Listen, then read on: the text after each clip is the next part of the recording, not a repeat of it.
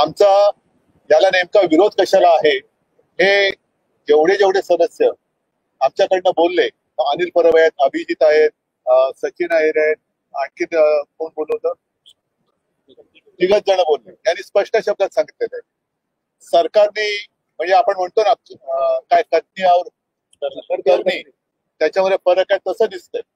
सांगताना ते सांगतात की नक्षलवादाचा बिमोड करायचा आहे, दहशतवादाचा बिमोड करायचा आहे, परंतु या बिलामध्ये, या कायद्याच्या जो काय मसुदा आहे त्याच्यामध्ये कुठेही नक्षलवाद किंवा दहशतवाद असा उल्लेख नाहीये.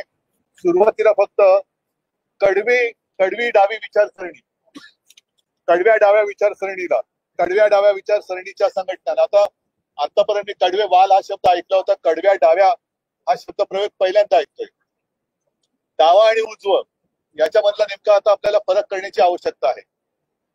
साधारणपणे शिवसेना आणि त्यावेळेला भाजपा वगैरे आम्ही सोबत होतो, आम्हाला उजव्या विचारसरणीचे म्हणायचे आणि आम्ही आहोत, कारण आम्ही धर्म मानणार